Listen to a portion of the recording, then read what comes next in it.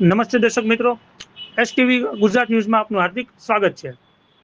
ભાવનગર શહેરના પાનવાડી ચોક પાસે વીજ થાંભલા ઉપર એક અજાણ્યો શખ્સ ચડી ગયો હતો।